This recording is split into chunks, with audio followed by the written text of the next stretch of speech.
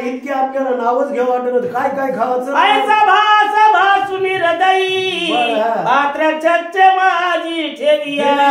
आशीर्वचने तो सोनी बाई जाता झाला महाराज पात्र घवघवीत होते गेलेले मग काय केलेलं आनंद दिलेला आहे बाईला आशीर्वाद दिलेला आहे आणि आपल्या पाहता झोळीमध्ये पात्र ठेवलं गुरुवर्याकडे निघाला चित्त म्हणे उदरा पुरते प्राप्त अन्न झाले माते वेचोनी कष्टाते खाली बरी झालं हो दे की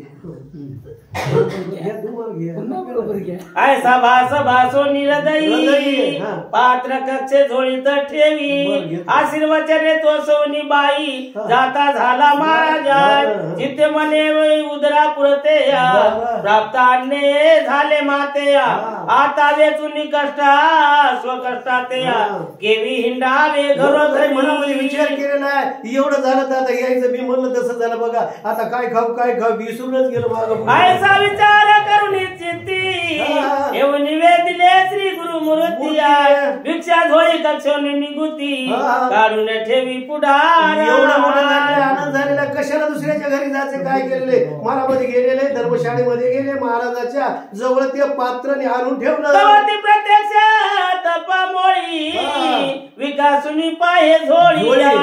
तव त्याना सुंदर परिमळी निज दृष्टी देखील महाराजाने ती विकासूमध्ये झोळी पाहिली एवढं मोठं गोठुडच लागलं की एवढे पदार्थ एक एक वाढ असतात असं पाहिल्याबरोबर ते झोळी उघड्याबरोबर असा सुवास आलेला काय म्हणतात मग घेऊन या पुढे पासी भोजन करी योगेंद्र तापसी अन स्वादिष्ट अनस रसनेसिया लागता भक्षी आवडीने मग काय केलं एवढं स्वादिष्ट आता एवढं मोठं चांगलं आता त्याचा अगोदर सुवास येऊ लागलेला एवढं नरम सुतानं आवडीनं गट गट गट महाराज इकडं नाही तिकडं नाही पाहिलं गट गट खाऊ लागले मुका माझे केवळ करिता रसना मने आहे की तर की होतील आता लवडी सवडी लोटी तसे तोंडामध्ये घास घेतल्याबरोबर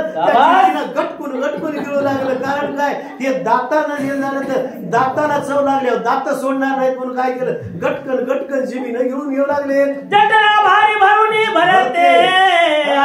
आणि काहीचे नाही पुरते परी सर्व पदार्थ कामना युक्त वडा प्रिय मिरवला सगळं भरलं बघा एवढं पदार्थ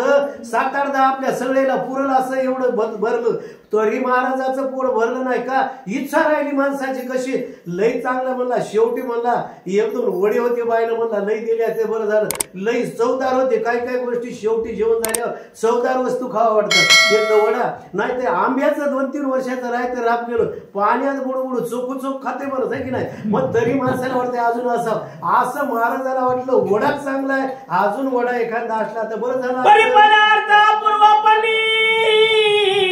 कामना येते राहिली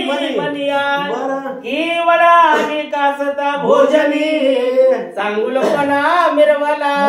मनामध्ये आलं हे बघा म्हणले नाहीत काय नाही असं शिष्य असा तर त्याला सत्शिष्य म्हणतात जवळचा महाराजाने विचार केला विचारच करायला लागलीत गुरुनं त्या शिष्यानं ओळखिलं आणि एक जर वडा असता आता आपल्या भोजनाला पोट भर झालं असतं असं मनामध्ये आल्या वृक्षणात काय म्हणतात अशी चित्ती कल्पना म्हणून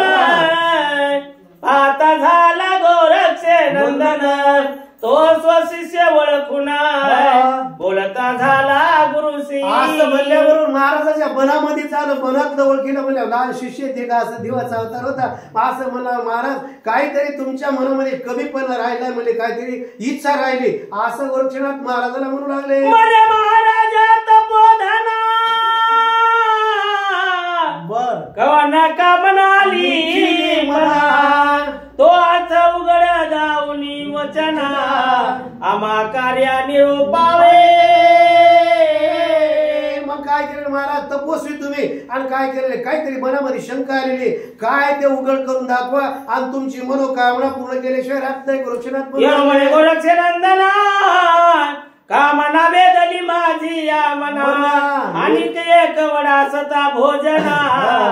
तृप्त चित्ती मिरवतो. मग काय केलं? ताबडतोब म्हणजे सांगायचं आता याला कशाला उशीर लावायचा, लय आता मोठा आधी आजचा मोठा आहे. मग आता म्हणजे पुन्हा माणसं म्हणतील की यायचे वालेत वडेच्या महाराजाचे ना महाराजाला उशीर. लवकरात लवकर सांगतो म्हणे बापू अजून एक मला मनामध्ये इच्छा राहिली, एक वडा असायला पाहिजे होता. ऐसे कोणी गुरुचे वाचोज म्हणे गुरु राजा महाराज आताची वडा आणून सज तुझं प्रति मी देई. मग काय केलं? आताची आता महाराज म्हणे तुम्हाला काय उशीर आहे, आताची आता म्हणले आता म्हणे बाई जराशी धार्मिक दिसायला लागली आणि तुमच्या मनाची मनोकामना पूर्ण करण्याकरता आता जातून वडा आणून तुम्हाला आईच्या म्हणून काळी का उठता झाला तपोनाय काय बरं येऊन देखाय मारी हाक गोरक्ष गेल्याबरोबर त्याच घरी गेलं किंवा त्याच घरी गेल्याबरोबर आता त्याला वाटलं बाबा चला आता बायला इतकं मोठं गेलेलं एक वडा देणं का गेल्याबरोबर माय मी आलो म्हणायला लागले भिक्षासाठी असं गोरक्षणाचं नाव दिलं म्हणे मायो माया आणि कवडा दे तत्वता मम गुरुची काम असे चित्ता तृप्तीच असता ते काय करा म्हणजे एवढं तुम्ही पदार्थ मला वाढले केलेले माझ्या गुरुच्या मनाची कामना पूर्ण झाली नाही, एक तरी वडा आता अजून पाहिजे असं बाईला गोरक्षनाथ म्हणू लागले. ते बोले नितिमिनी आलासी गुरुचे निमित्त करून परिस काम सविता स्वच्छपणी हृदय पात्री हे लावे. बरं झालं म्हणजे एवढं मोठं दिलं तरी म्हणले गुरुचं निमित्त करून आला म्हणजे तुझंच म्हणजे पोट भरलं नसत आणि तुला चौदार वडे केलेले आहेत म्हणले आणि गुरुचं निमित्त केलं आणि अजून वडा मागायला आता काय फुकट नाहीत बापू म्हणली चाल आता जाय तिथून आमाते जाऊन गुरु भक्ती आमने करू पासी तृप्ती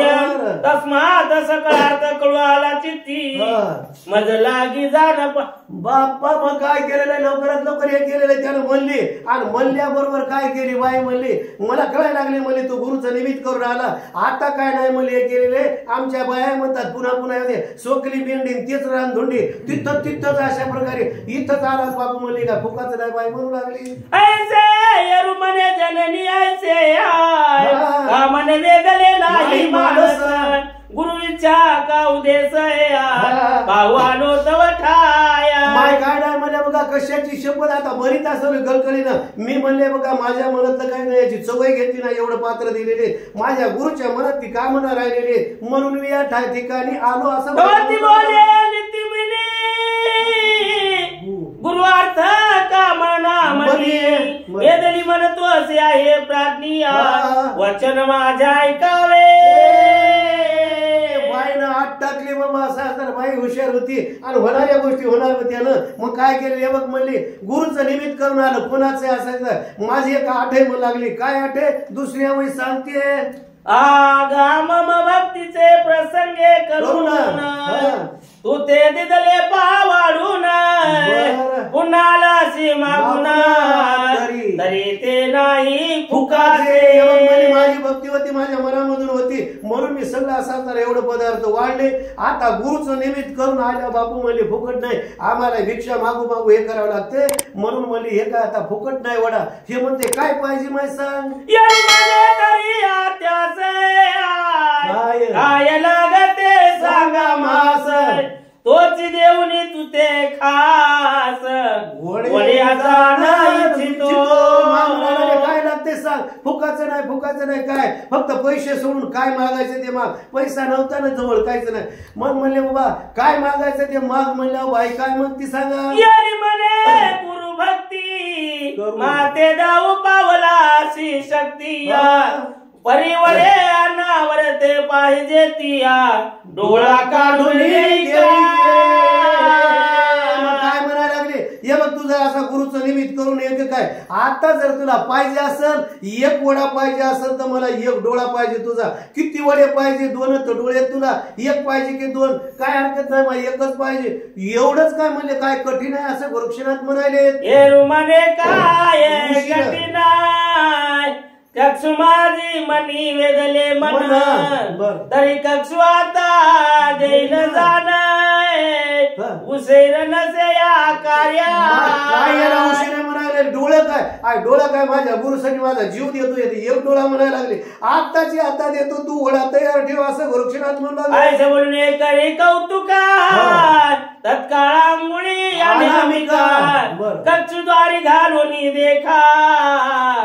बाहेर काढले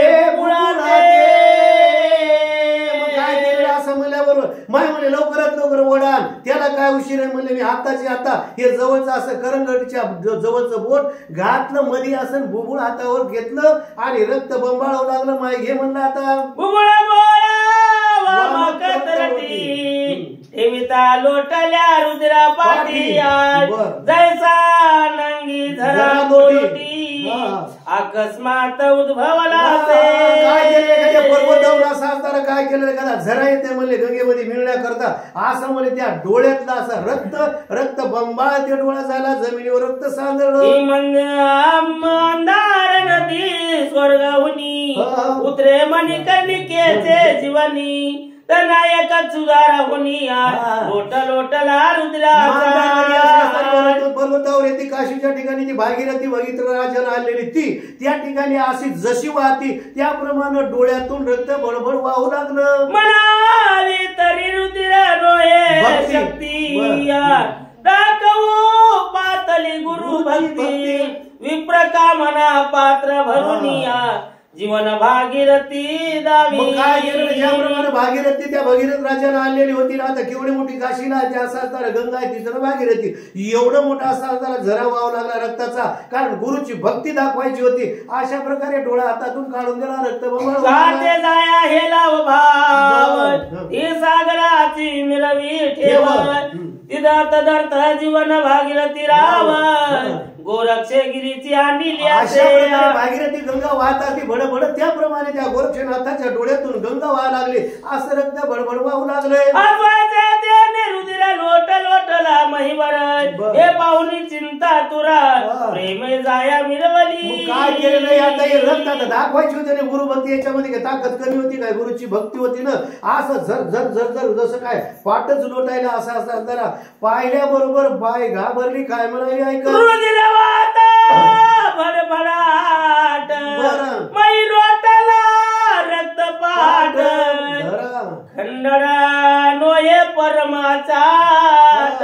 भूषण मिळवे लोकात काय केलेलं असा असताना ते झरा लागलेला आता रक्त लाल बंबाळ होता अशा प्रकारे एखाद्या कार्यक्रमाला एखादी मागणी नाही एखादी मळवड भरती तसं या पृथ्वी मातेनं रक्ताचं म्हणजे कुंकाचं मळवड भरले काय की असे दिसू लागले अरे तो पाता रुद्र पाठ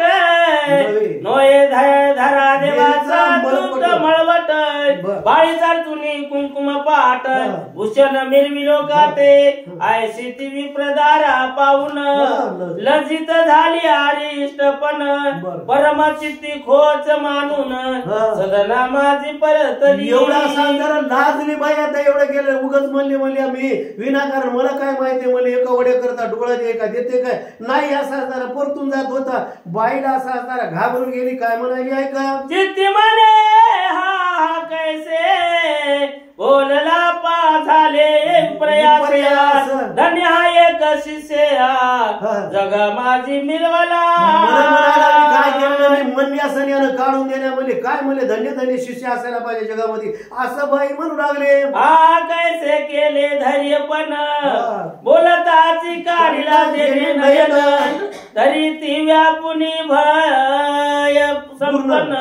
म्लान वदन मिरवली काय केलं म्हणजे मना गेलं त्यानं म्हणल्याबरोबर डोळा काढून दिला काय याचं धैर्य पण म्हणायला लागले एवढा असा असताना लाजून बाई लहान तोंड करून उभी राहिले मग म्हणे घेऊन सात पाच देव पातळी लग बघे साच एवी पुढे वदेश वाचे ऐक्या फेकरी भावा म्हणजे एकच नाही म्हणजे 5-7 वडे आणले म्हणजे आता या म्हणजे महाराज बघा म्हणजे मनाभावातून आले आता पण माझ्यावर आता एकदा दया करा येऊ मी म्हणण्यास डोळा काढून देण्या आता माझं काही खरं नाही बाई म्हणू लागले आपल्याला वसमटला जातानी याच्यातला एक कोणीतरी येऊनी बदवदा मारील धरणी काय बोलतो काय मत भाऊ ग जरा सुद्धा राहिलं द्यायला वाचून द्या कुठलं तरी असं म्हणा की मग. हा या वाचणाराची मराठी हा असं म्हणा या म्हणा म्हणायचे हो, वाचू दिलं नाही म्हणून. या. नाही काय नाही नाही